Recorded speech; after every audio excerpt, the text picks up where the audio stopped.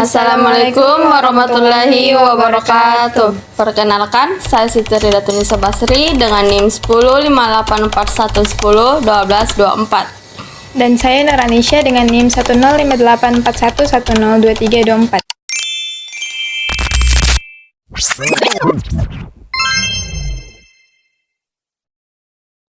Rida, gue lagi ngerjain tugas TI, terus nemu kata COVID-5.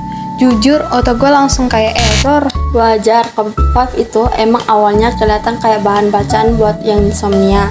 Tapi kalau udah paham, malah kayak ini keren juga. Oh, awalnya gue kira COVID itu singkatan dari coba belajar IT. Haha, bukan dong. Itu framework serius, tapi santai kita bahas bareng, terutama bagian governance sama manajemen yang paling sering bikin bingung. Oke, kita mulai dari dasarnya dulu. COVID-5 itu apa sih, Rida? COVID-5 adalah framework yang dikembangkan oleh ISAKA, organisasi internasional di bidang tata kelola dan audit TI. Tujuannya untuk membantu organisasi mengelola dan mengarahkan teknologi informasi agar sesuai dengan tujuan bisnis mereka. Jadi, COVID-5 ini semacam panduan ya, bukan software atau alat? Iya, benar. COVID-5 itu bukan alat tapi panduan. Isinya mencakup prinsip, proses, dan praktik terbaik yang bisa diikuti perusahaan supaya penggunaan TI mereka lebih terarah, efisien, dan terkendali. Berarti COVID-5 bukan cuma urusan teknis ya, tapi juga ngebahas strategi dan manajemen. Betul, COVID-5 itu menghubungkan antara kebutuhan bisnis dengan sistem TI yang mendukungnya. Jadi bukan hanya soal sistem yang jalan, tapi bagaimana sistem itu memberikan nilai bagi perusahaan. Oke, sekarang mulai kebayang. Dan tadi katanya di dalam COVID-5 itu ada dua fungsi utama ya, governance dan manajemen. Yap, dua-duanya penting dan punya peran yang berbeda, tapi saling mendukung. Yuk kita bahas governance dulu, baru lanjut ke manajemen.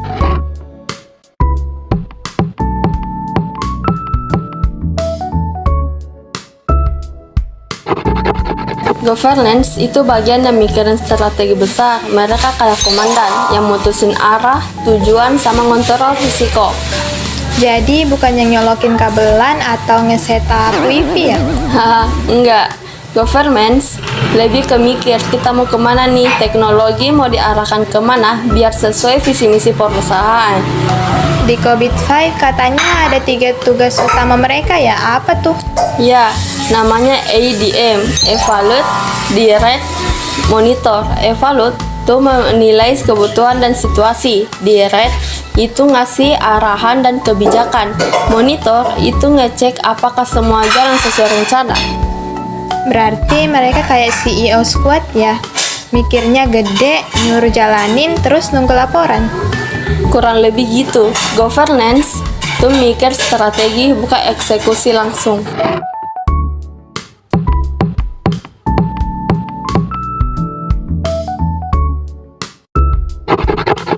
Kalau governance kayak pemikir besar, berarti manajemen itu pelaksana handalnya ya? Tepat, manajemen itu yang ngejalanin semua aktivitas TI sehari-hari sesuai arahan si governance. Jadi kalau governance bilang kita mau go digital tahun ini, manajemen yang bikin aplikasinya, pasang servernya, latih karyawannya. Benar, mereka jalanin PBRM, yaitu plan, bikin perencanaan, build, bangun sistem, run, operasikan, dan monitor, pantau hasil kerja.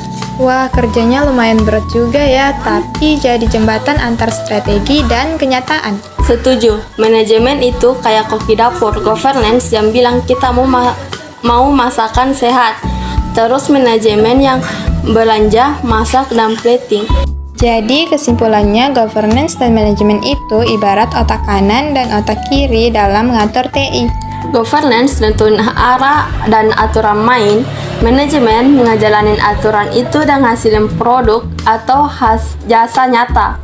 Yang satu bikin keputusan besar, yang satu bikin keputusan itu jadi kenyataan.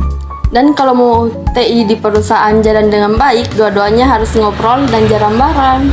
Sekarang kalau ditanya dosen, gue juga bisa jawab tanpa panik karena udah ngerti beda tugas tapi satu visi. Dan semoga kalian yang nonton juga langsung klik kayak kita tadi.